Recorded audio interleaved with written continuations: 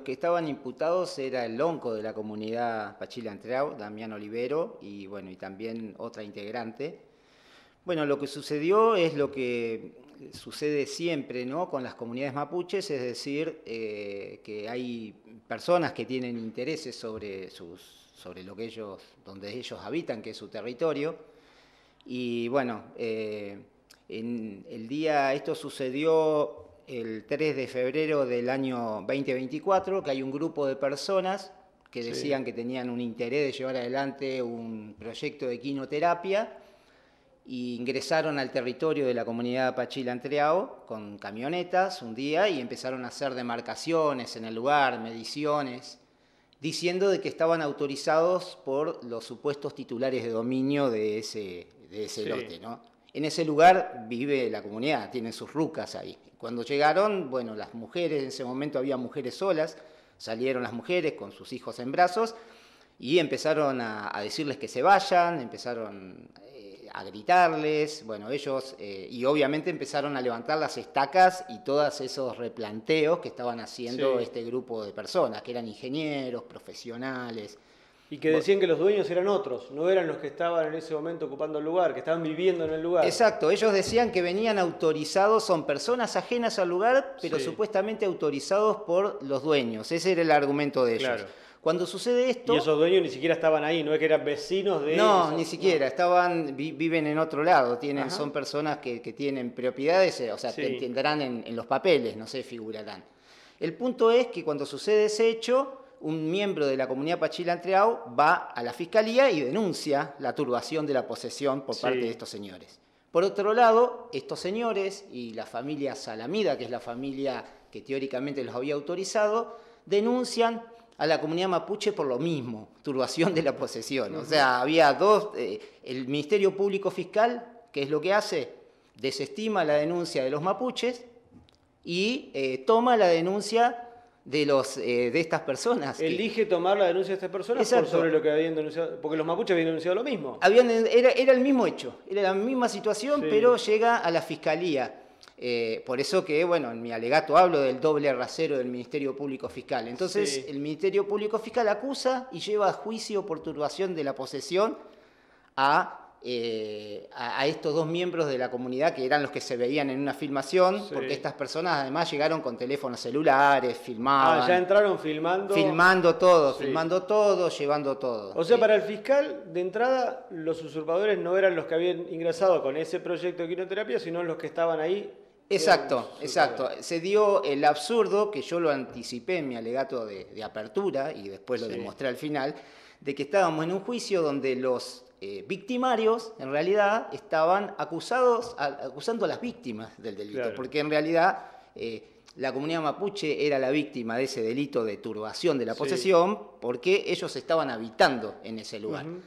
Bueno, ¿y cómo siguió esto? ¿Cómo se resolvió entonces? Bueno, el juez resolvió, primero fue interesante el juicio, porque siempre cuando hay estos conflictos territoriales, los privados generalmente vienen con lo que nosotros decimos siempre las sagradas escrituras, ¿no?, que son los títulos de propiedad, ¿no? Porque ustedes saben que acá parece que la propiedad privada vale más que la propiedad indígena, y esto no es así. Después, si tenés un ratito, te lo voy a explicar bien. Pero vinieron con el título de propiedad. Perdóname, o sea que el que compró después vale más que aquel que ya estaba y que, lo agrego yo, digo esto, que constitucionalmente está reconocido como pueblo preexistente al Estado argentino, pero vale más el que parece que lo compró en algún momento. Sí, acá hay un discurso político que se quiere instalar de que la propiedad privada vale más que la propiedad indígena, y la verdad que no es así. Es el mismo plexo constitucional. Es más, los derechos que están destinados a las minorías necesitan más protección incluso que los otros. Está bien, bien. De todas maneras, bueno, lo que te estaba planteando es que fue interesante porque cuando llegó el título de la propiedad, los privados llevaron al escribano que había firmado ese título de propiedad. Y obviamente para leer las nomenclaturas catastrales, todo. Ahora, cuando llegamos a un punto, yo le hice una pregunta sustancial al escribano. Le digo, dígame usted, ¿cómo puede ser que José Salamida, que era el titular de dominio, le haya comprado este terreno a José María Paichil el 27 de noviembre de 1969, si en esa época estaba muerto, ¿no?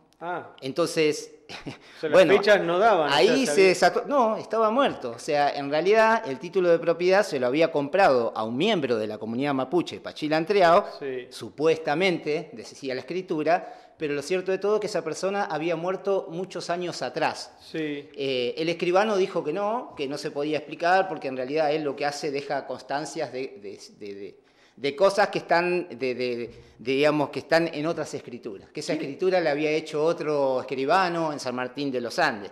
Ya hay una cuestión ahí absolutamente regular. ¿Quién es este Salamida? ¿Es un personaje conocido? Sí, Salamida fue el primer intendente de Villa Langostura. Claro. Son estos intendentes que ponía la Junta Militar, no que eran elegidos por el pueblo, sino que eran intendentes. ¿Qué es lo que pasa en Villa Langostura? Intendente de facto. Exacto, intendente de facto. ¿Qué es lo que pasa en Villa Langostura? En Villa Langostura Villa Langostura está asentada sobre el lote 9. Sí. El lote 9, en 1902, el general Roca se los cedió a las dos familias mapuches que estaban en el lugar, que es la familia Pachil y la familia Entreao, que después fueron más familias. Se lo dieron en pago por los servicios de vaqueano que ellos hicieron para amojonar los límites entre la cordillera y Chile. Eso está en un expediente histórico de parques nacionales. Se lo dieron en pago. En 1935 el Estado Nacional firma las escrituras de dominio a favor de estas familias. Entonces, ¿qué es lo que pasa? A partir de ahí, si vos vas a comprarte un lote a Villa Langostura, vas a ver que en los antecedentes los titulares de dominio son los mapuches, ¿no? O sea, son estas familias mapuches que estaban ahí. Pero, o sea, que antes de que sea Villa Langostura era lote 9, ¿sí? Y además reconocido, porque además de ser, además de digamos que todas las tierras son preexistentes, que estamos hablando de una preexistencia, pero además ellos fueron los dueños. Esa es la particularidad de Villa Langostura. Y eso está asentado, como decimos en documentación. Exacto. Entonces este señor Salamida lo que hacía era, subía el Cerro Belvedere, porque además aclaremos que las familias mapuches a las cuales el Estado les dio lote 9, eran analfabetas y obviamente tenían muchas necesidades. Entonces este señor Salamida subía, por ejemplo, al Cerro Belvedere con un escribano, y le preguntaba al dueño qué necesita, y él necesidades siempre sabían. Entonces, obviamente necesito chapas, necesito esto, y obviamente decía, no hay problema, usted apoye el dígito pulgar acá. Entonces venía el escribano, le hacía apoyar el dígito pulgar, y así se entregaban las chapas, lo que sea, y se iban con ese documento. Y se iban con el documento, y ese documento era una entrega enorme de tierra. Bueno, esto, presten atención porque esto es lo que yo les decía, que quizás les pueda sonar familiar a gente de nuestra zona. Algunas prácticas, algunas maneras de hacerse de las tierras de muchos de sus antepasados, de sus abuelos, de sus bisabuelos, en otras zonas del país y especialmente en la Patagonia. Esto forma parte de un modus operandi, de engañar a la gente mayor, como decís vos, en algunos casos analfabeta, con necesidades, de hacerle firmar o de poner un dedo para después en realidad quedarse con las tierras. Claro, se llama lesión subjetiva, en realidad el Código Civil lo llama, que es cuando una persona, aprovechando la oportunidad, la ligereza, inexperiencia de una persona, obtiene una ventaja patrimonial desproporcionada, ¿no? Esto es un engaño, es parecido a una estafa.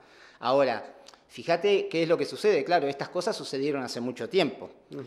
Y fue realmente simbólico lo que sucedió en la audiencia, porque yo en la audiencia dije, bueno, ustedes acá están esgrimiendo un título de propiedad firmado por un muerto. ¿Y qué fue lo que dijo el abogado de la querella que defendía los intereses de los acusadores? Bueno, pasó hace mucho tiempo, dice. En realidad, aunque se haya hecho firmar a un muerto, ya está prescripto. ¿Entienden? Ese es el planteo. Lo cual es simbólico también, porque tiene que ver con el mensaje que da el Estado frente a los reclamos históricos de las comunidades mapuches. Bueno, está bien. Pasó hace mucho tiempo. Pasó hace mucho tiempo. La conquista del desierto pasó hace mucho tiempo, forma parte de los libros de historia. Exacto, es lo mismo, pero digamos, bueno, está bien, vos le das respuestas jurídicas a los reclamos políticos. Y este es el punto central, porque los reclamos territoriales de las comunidades mapuches no son reclamos jurídicos, son reclamos políticos, y vos tenés que repararlos políticamente. Sí. Y cuando vos no querés o no tenés la intención de política de reparar, vos sí tenés respuesta jurídica. Bueno, ya pasó, en realidad ya no tenés derecho porque ya prescribió, digamos, ya si a vos te engañaron, bueno, ya... Para, hago un punto ahí, Luis. Sí. Estamos hablando con Luis Virgilio Sánchez, abogado, integrante de la gremial de abogados. Hago un punto ahí, me pongo un poco en abogado yo, pero del diablo. Sí.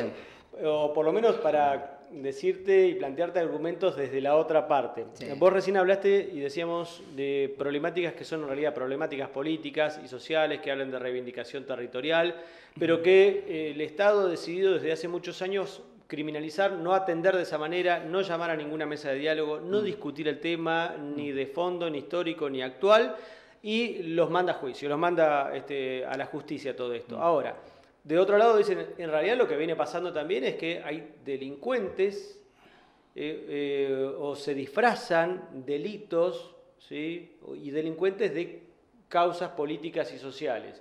Y bueno, ya después vendrán los términos, esto de, en realidad son maputruchos, son pseudo mapuches o cosas así. En realidad no lo son, porque nosotros sí reconocemos como Estado los reclamos, pero esto no. Estos sí son delitos, son usurpadores. Eso es lo que dicen desde la otra parte. Sí, bueno, obviamente hay una retórica y un discurso racista que se lleva adelante, Sí. que tiene que ver también con la propia criminalización. Es decir, el Estado trata como criminales a las personas que ejercen sus derechos. O sea, vos sabés, primero, hay una manda, digamos, que es constitucional, es que el ejercicio de un derecho legítimo no puede constituir como ilícito ningún acto. Es decir, vos no podés criminalizar a una persona por ejercer sus derechos.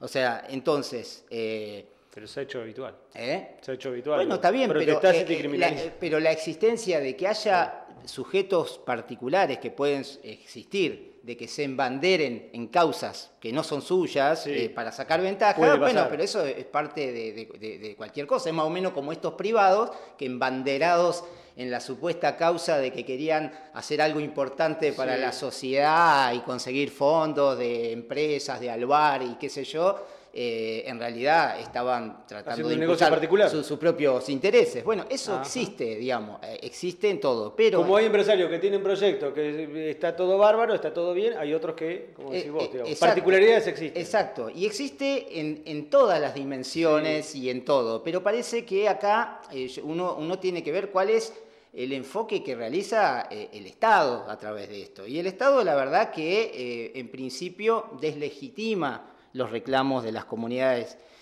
indígenas, y este es un caso puntual, el de Villa Langostura. Acá Sí. tenemos el Ministerio Público Fiscal, donde le llegaron a su mesa 2 denuncias por el mismo hecho. Y él Y dijo, los criminales son estos y estas son las víctimas. Y después cuando terminó el juicio resultó lo contrario. Resultó, el juez dijo, acá ellos, lo único que se vio en el video son personas que vieron que estas personas llegaron al territorio en camioneta. No fue que las personas van, que las comunidades van a ese lugar, sino que ellos son los que van al territorio alegando obviamente supuestos derechos.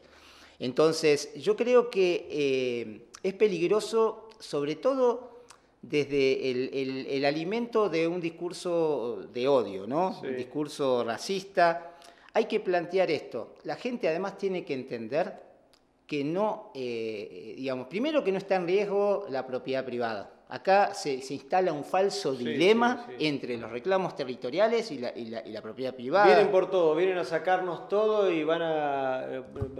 es más, mañana se van a meter en el patio de mi casa y le voy a tener que entregar mi casa. Bueno, Como, se ha escuchado hasta esas cosas. Sí, pero la verdad que no es cierto. Primero que no es cierto, ¿por qué? Porque la propiedad privada primero que son dos derechos constitucionales que valen lo mismo. No es que valga más la propiedad privada que el derecho de las comunidades, la propiedad comunitaria. Una está regulada en el artículo 17 de la Constitución, el otro está en el artículo 75, inciso 17.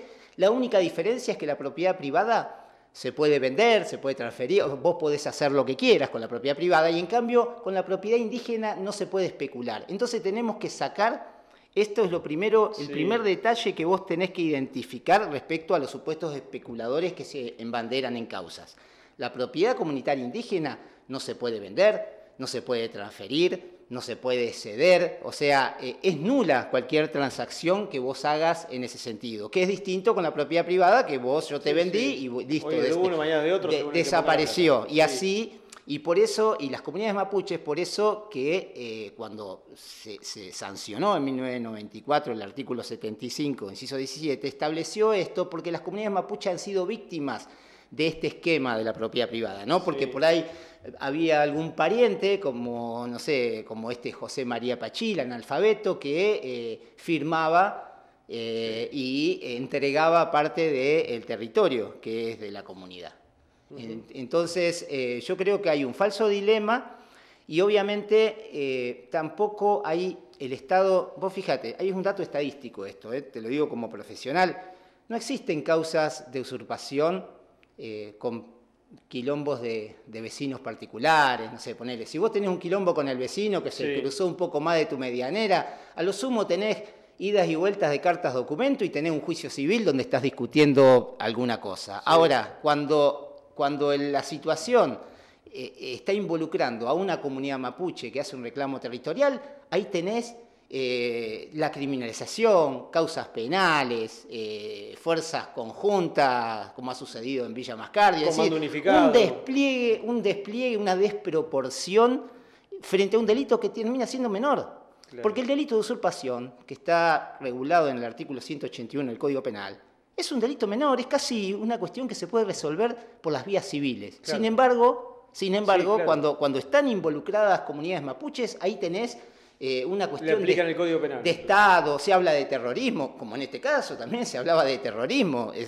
¿Por qué hablas de terrorismo cuando hay un también lo trataron de terroristas? Y el juez lo aclaró, obviamente, el querellante hablaba de terrorismo, hablaba leí por ahí unos términos, bueno, hasta usaron el término malón. Malón, claro, que obviamente yo presenté mis objeciones en el juicio porque de manera estigmatizante. Estigmatizante, ¿no? Totalmente, no se puede permitir. El juez obviamente lo objetó y bueno, y además en ese momento estaba presente Mireille Fanon, que es estaba como veedora internacional de Francia, así que hubieron dos veedores observando el juicio e informaron sobre la carga de racismo que existía en la parte acusadora, ¿no?